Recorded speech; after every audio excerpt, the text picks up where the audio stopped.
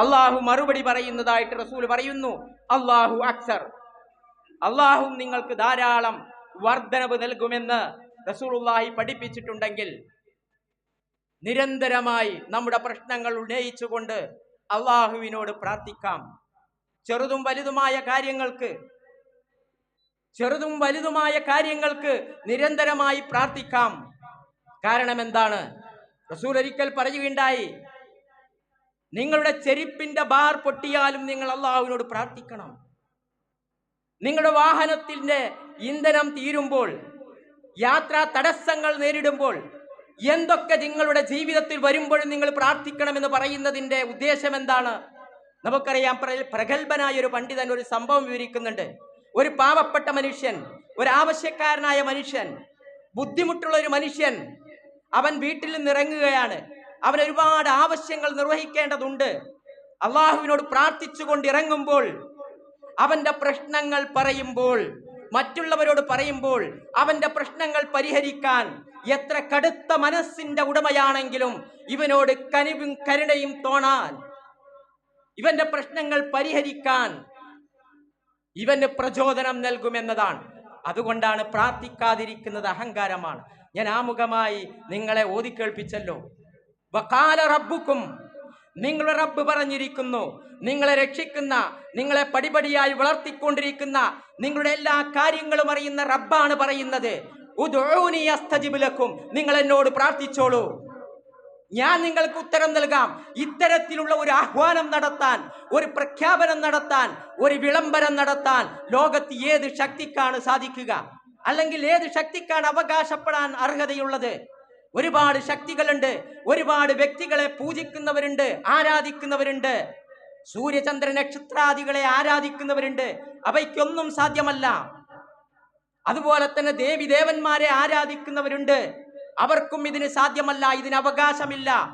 ഔലിയാക്കൾക്കോ അമ്പിയാക്കൾക്കോ ശുഹദാക്കൾക്കോ ഇത്തരത്തിലുള്ള ഒരു പ്രഖ്യാപനം നടത്താൻ, ഒരാഹ്വാനം നടത്താൻ അവകാശമില്ല.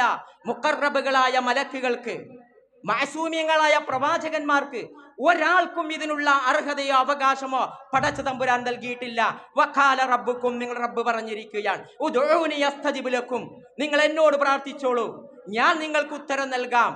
ഇന്നല്ലദീന യസ്തക്ബിറൂന അൻ ഇബാദതി, എന്നാൽ എന്നോട് പ്രാർത്ഥിക്കാതെ അഹങ്കാരം നടിക്കുന്ന ആളുകളുണ്ടല്ലോ, സയദ്ഖുലൂന ജഹന്നം, അവർ നരകത്തിൽ പ്രവേശിക്കുന്നതാണ്, ദാഖിരീൻ, നിന്നരായിക്കൊണ്ട്. പക്ഷെ ഈ പ്രാർത്ഥിക്കുന്നവർക്ക് അവന്റെ പ്രാർത്ഥനയ്ക്ക് ഉത്തരം ലഭിക്കണമെങ്കിൽ ചില ഉപാധികളും നിബന്ധനകളും വിശുദ്ധ ഖുർആൻ പറയുന്നുണ്ട്. റസൂലുള്ളാഹിയോട് പറയുകയാണ്, വഇദാ സഅലക ഇബാദി അന്നി, വിശുദ്ധ ഖുർആനിൽ പറയുകയാണ്, വഇദാ സഅലക ഇബാദി അന്നി, അല്ലയോ നബിയെ, എന്നെപ്പറ്റി നിന്നോട് ചോദിക്കുകയാണെങ്കിൽ നീ പറയുക, എന്റെ അടിമ എന്നെപ്പറ്റി മുഹമ്മദേ നിന്നോട് ചോദിക്കുകയാണെങ്കിൽ നീ പറയുക, ഫഇന്നി ഖരീബ്, ഞാൻ അടുത്തുള്ളവനാണ്, സമീപസ്ഥനാണ്, ഉജീബു ദഅവത ദാഇ ഇദാ ദഅാനി, ഞാൻ ഒരു വിളിച്ചു പ്രാർത്ഥിക്കുന്നവന്റെ പ്രാർത്ഥനയ്ക്ക് ഉത്തരം നൽകും. ഫൽയസ്തജീബൂലി, അതുകൊണ്ട് ആ മുഅ്മിനായ മനുഷ്യൻ എനിക്ക് ഉത്തരം നൽകണം. വൽ യുഅ്മിനൂ ബി, എന്നിൽ വിശ്വസിക്കുകയും വേണം. ഈ രണ്ട് ഉപാധികളാണ് അള്ളാഹു പറഞ്ഞിട്ടുള്ള കാര്യങ്ങൾ, നിയമനിർദ്ദേശങ്ങൾ ജീവിതത്തിൽ പാലിക്കണം. എന്നിൽ ഈമാൻ വേണം, എന്നിൽ വിശ്വസിക്കുകയും വേണം. എങ്കിൽ അവന്റെ പ്രാർത്ഥനയ്ക്ക് ഉടനടി ഉത്തരം ലഭിക്കും, മുഅ്മിനിന്റെ പ്രാർത്ഥനയ്ക്ക്. എന്നാൽ ഒരു കാഫിറിന്റെ, ഒരു അവിശ്വാസിയുടെ പ്രാർത്ഥനയ്ക്ക് ഉത്തരം ലഭിക്കില്ല എന്ന് ഖുർആൻ തന്നെ പറയുകയാണ്. വമാ ദുആഉൽ കാഫിരീൻ ഇല്ലാ ഫീ ളലാൽ, കാഫിറിന്റെ പ്രാർത്ഥന ളലാലിലാണ്, വഴികേടിലാണ്, അബദ്ധത്തിലാണ്, അതിന് ഉത്തരം ലഭിക്കില്ല. കാരണം എന്താണ്? ഒരു കാഫിറായ മനുഷ്യന്, ഒരു അവിശ്വാസിയായ മനുഷ്യന് കൃത്യമായ ഹക്കും ബാത്തിലും ഉണ്ടാവില്ല, ഹലാലും ഹറാമും ഉണ്ടാവില്ല, ഖൈറും ഷർറും ഉണ്ടാവില്ല. അവന്റെ സമീപനങ്ങളിലും നയങ്ങളിലുമൊക്കെ തെറ്റായ വിശ്വാസങ്ങളായിരിക്കും. അതുകൊണ്ടാണ് നമ്മൾ പറയുന്നത്, ഹക്കും ബാത്തിലും വേണം, ഹലാലും ഹറാമും വേണം, ഖൈറും ഷർറും തിരിച്ചറിയാൻ ഒരു വിശ്വാസിക്ക് സാധിക്കണം. അതാണല്ലോ റസൂൽ ഒരു സംഭവം വിവരിക്കുന്നത്. ഒരു യാത്രക്കാരനായ മനുഷ്യൻ കടന്നു വരുന്നു. യാത്രയുടെ മുഴുവൻ ലക്ഷണങ്ങളും അവനിലുണ്ട്. ജട പിടിച്ച മുടിയാണ്, മുഷിഞ്ഞ വസ്ത്രമാണ്, പൊടി പുരണ്ട ശരീരമാണ്. ആ മനുഷ്യൻ അള്ളാഹുവിനോട് പ്രാർത്ഥിക്കുന്നുണ്ട്. റസൂൽ പറയാണ്, എങ്ങനെയാണ് ആ മനുഷ്യന് പ്രാർത്ഥനയ്ക്ക് ഉത്തരം ലഭിക്കുക? അവൻ കരങ്ങൾ ഉയർത്തി പ്രാർത്ഥിക്കുന്നുണ്ട്, എങ്ങനെ ഉത്തരം ലഭിക്കും? മത്അമഹു ഹറാം, അവൻ കഴിക്കുന്ന ഭക്ഷണം ഹറാമിലൂടെ സമ്പാദിച്ചതാണ്. വമൽബസുഹു ഹറാം, അവൻ ധരിച്ചിരിക്കുന്ന വസ്ത്രവും ഹറാമിലൂടെ സമ്പാദിച്ചതാണ്. വഗുദ്ദിയ ഫിൽ ഹറാം, ചെറുപ്പം മുതൽ അവൻ വളർത്തപ്പെട്ടത്, അവൻ ഊട്ടപ്പെട്ടത്, അവന് ഭക്ഷണം നൽകിയത് ഹറാമിലൂടെ സമ്പാദിച്ചതാണ്. അന്നാ യുസ്തജാബു ലഹു, എവിടുന്ന് അവന് ഉത്തരം നൽകണം? നമ്മൾ മനസ്സിലാക്കുക, പ്രാർത്ഥനയ്ക്ക് ഉത്തരം ലഭിക്കാൻ അള്ളാഹിന്റെ റസൂല് പഠിപ്പിച്ചിട്ടുള്ള ഈ കാര്യങ്ങൾ ശ്രദ്ധിക്കുക. അതേപോലെ ഒരുപാട് കാര്യങ്ങൾ നമ്മൾ ശ്രദ്ധിക്കേണ്ടതുണ്ട്. നമുക്കറിയാം, കാപട്യമുണ്ടാവരുത്, ആത്മാർത്ഥത വേണം പ്രാർത്ഥനയ്ക്ക്. നമ്മൾ പറയുന്ന വാക്കും നമ്മുടെ ഹൃദയത്തിലുള്ളതും യോജിച്ചു വരണം. മനസ്സിൽ സത്യവും നാവിലൂടെ പുറത്തു വരുന്നത് കളവുമായി കൂടാ. അതാണ് ആത്മാർത്ഥത. ഉള്ളും പുറവും കൃത്യമായിരിക്കണം. കാപട്യത്തിന്റെ മുഖത്തോടുകൂടി അകത്ത് വെറുപ്പും പുറത്ത് പുഞ്ചിരിയുമായി കൊണ്ട് നടക്കുന്നവരാണെങ്കിൽ അതിനൊരിക്കലും അങ്ങനെയുള്ള ഒരു വ്യക്തിയുടെ പ്രാർത്ഥന അള്ളാഹു സ്വീകരിക്കില്ല. അതുകൊണ്ട് തന്നെ ശിർക്കുകളും ബിദ്അത്തുകളിൽ നിന്നൊക്കെ മുക്തമായിക്കൊണ്ട്, അന്ധവിശ്വാസങ്ങളിൽ നിന്ന്, അനാചാരങ്ങളിൽ നിന്ന് മുക്തമായിക്കൊണ്ട് നല്ല മനസ്സിന്റെ ഉടമകളായി പടച്ചതമ്പുരാനോട് കരങ്ങൾ ഉയർത്തി പ്രാർത്ഥിക്കുകയാണെങ്കിൽ ആ പ്രാർത്ഥന എപ്പോഴും അള്ളാഹു സ്വീകരിക്കുമെന്നാണ് ഖുർആൻ കൊണ്ടും ഹദീസ് കൊണ്ടും നമുക്ക് മനസ്സിലാക്കാൻ കഴിയുന്നത്. അതേപോലെ തന്നെ നമ്മൾ മറ്റുള്ളവർക്ക് വേണ്ടി പ്രാർത്ഥിക്കാനുള്ള മനസ്സ് കാണിക്കണം. അതിനുള്ള താഴ്മയും വിനയും കാണിക്കണം. നമ്മുടെ സഹോദരി സഹോദരന്മാർക്ക്, കുടുംബക്കാർക്ക്, കൂട്ടുകാർക്ക്.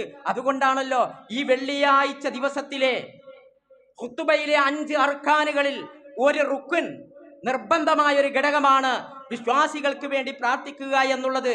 അതുകൊണ്ടാണ് എല്ലാ ഖതീബുമാരും ഇതിന്റെ അവസാനത്തിൽ പ്രാർത്ഥിക്കാറുള്ളത്, അല്ലാഹുമ്മഗ്ഫിർ ലിൽ മുഅ്മിനീന വൽ മുഅ്മിനാത്ത്, അല്ലാഹുവേ എല്ലാ മുഅ്മിനീങ്ങൾക്കും മുഅ്മിനാത്തുകൾക്കും പുറത്തു കൊടുക്കണേ, മുസ്ലിങ്ങൾക്കും മുസ്ലിമാത്തുകൾക്കും പുറത്തു കൊടുക്കണേ, ജീവിച്ചിരിക്കുന്നവർക്കും മരണപ്പെട്ടവർക്കും പുറത്തു കൊടുക്കണേ എന്നുള്ളൊരു പ്രാർത്ഥനയുണ്ട്. മറ്റുള്ളവർക്ക് വേണ്ടി പ്രാർത്ഥിക്കാൻ മനസ്സ് കാണിക്കണം. പ്രവാചകന്റെ സ്വഹാബത്ത് പരസ്പരം കാണുമ്പോൾ മറ്റുള്ളവർക്ക് വേണ്ടി പ്രാർത്ഥിച്ചിരുന്നു. അതിനുള്ള മനസ്സവർക്കുണ്ടായിരുന്നു. അതൊരു കീഴ്വഴക്കമാണ്, അതൊരു താഴ്മയാണ്. മഹാനായ സഫ്വാൻ റളിയല്ലാഹു തആല അൻഹു ഉദ്ധരിക്കുന്ന ഒരു ഹദീസിൽ ആ കാര്യം നമുക്ക് മനസ്സിലാക്കും. അദ്ദേഹം പറയുകയാണ്, ഖദിംതു ഷാം, ഞാൻ സിറിയയിൽ പ്രവേശിക്കുകയുണ്ടായി. ഫഅതൈതു അബൂദർദാ ഫി മൻസിലിഹി, സിറിയയിൽ ഷാമിൽ പ്രസിദ്ധനായ ഒരു പണ്ഡിതനുണ്ട്, അബൂദർദാ റളിയല്ലാഹു അൻഹു. ഇസ്ലാമിക ചരിത്രത്തിൽ അറിയപ്പെട്ട പ്രവാചകന്റെ സന്തത സഹചാരിയായിരുന്ന അബൂദർദാ റളിയല്ലാഹു തആല അൻഹുവിന്റെ വീട്ടിലേക്ക് ഞാൻ പുറപ്പെട്ടു, അദ്ദേഹത്തെ സന്ദർശിക്കാൻ വേണ്ടി. ഫലം അജിദുഹു, വീട്ടിൽ അദ്ദേഹത്തെ കാണുകയുണ്ടായില്ല. വജത്തു ഉമ്മ ദർദാ, പ്രിയപ്പെട്ട ഭാര്യ, അബൂദർദാന്റെ ഭാര്യ, ചരിത്രത്തിൽ അറിയപ്പെട്ട മഹദിയാണ്. അവരുണ്ടായിരുന്നു അവിടെ. ആ സന്ദർഭത്തിൽ അവർ ചോദിക്കുകയാണ് സഫ്വാൻ റളിയല്ലാഹു തആല അൻഹുവിനോട്, അതുരീദുൽ ഹജ്ജൽ ആം, ഈ വർഷം നിങ്ങൾ ഹജ്ജിന് പോകാൻ ഉദ്ദേശിക്കുന്നുണ്ടോ? അദ്ദേഹം പറഞ്ഞു, അതെ, നഅം. ആ സന്ദർഭത്തിൽ പറയുന്നൊരു വാക്കുണ്ട്, ഉദ്ഉല്ലാഹ ലി ഫദ്ഉല്ലാഹ ലി, എനിക്ക് വേണ്ടി ഒന്ന് പ്രാർത്ഥിക്കണം. ആ പരിശുദ്ധ മന്ദിരത്തിന്റെ പരിസരത്ത് വെച്ചുകൊണ്ട് പ്രാർത്ഥിക്കണം. ഉത്തരം ലഭിക്കാൻ സാധ്യതയുള്ള പ്രാർത്ഥനകളാണ്. കാരണം എന്താണെന്നോ, ഞാൻ കേട്ടിട്ടുണ്ട് റസൂല് പറയുന്നത്, ദഅവത്തുൽ മർഇൽ മുസ്ലിം ലി അഖീഹി ബിളഹിരിൽ ഗൈബ് മുസ്തജാബ, ഒരു മുസ്ലിമായ മനുഷ്യന് അവന്റെ അഭാവത്തിൽ, അവന്റെ അസാന്നിധ്യത്തിൽ അവന് വേണ്ടി പ്രാർത്ഥിക്കുമ്പോൾ ആ പ്രാർത്ഥനയ്ക്ക് ഉത്തരം ലഭിക്കുമെന്നും മലക്കുകൾ ആമീൻ പറയുമെന്നും ഞാൻ കേട്ടിട്ടുണ്ട്. അതുകൊണ്ട് പ്രാർത്ഥിക്കണം. പ്രാർത്ഥിക്കുന്ന വ്യക്തി ഒരിക്കലും നിരാശനായിക്കൂടാ. അള്ളാഹുവിനെ കുറിച്ച് തെറ്റായ വിശ്വാസം വെച്ച് പുലർത്തിക്കൂടാ. നമുക്കറിയാം, ഞാൻ കുറേ പ്രാർത്ഥിച്ചു ഉത്തരം ലഭിക്കുന്നില്ല. അങ്ങനെ പ്രാർത്ഥന ഒഴിവാക്കുന്ന, അള്ളാഹുവിനെ കുറിച്ച് തെറ്റായ ധാരണകളും വിശ്വാസങ്ങളും വെച്ച് പുലർത്തുന്ന ആളുകൾക്ക് ഒരുപാട് ചരിത്ര സംഭവങ്ങളുണ്ട്. റസൂൽ അബൂ ഹുറൈറയിൽ നിന്ന് ഉദ്ധരിക്കുന്ന ഒരു ഹദീസ് ഉണ്ട്, ലാ യസാലു യുസ്തജാബു ലിൽ അബ്ദി, ഒരടിമക്ക്, അള്ളാഹുവിന്റെ ഒരു അടിയാന് മറുപടി ലഭിച്ചുകൊണ്ടേയിരിക്കും. മാലം യദൂ ബിസ്മിൻ ഔ ഖതിഅതി റഹ്മിൻ. ഞാൻ നേരത്തെ സൂചിപ്പിച്ചതുപോലെ കുറ്റകരമായ പ്രാർത്ഥനയും കുടുംബങ്ങൾക്കെതിരിലുള്ള പ്രാർത്ഥനയും ഒഴിവാക്കിക്കൊണ്ട് അവൻ പ്രാർത്ഥിക്കുകയാണെങ്കിൽ ആ പ്രാർത്ഥനയ്ക്ക് ഉത്തരം ലഭിക്കും.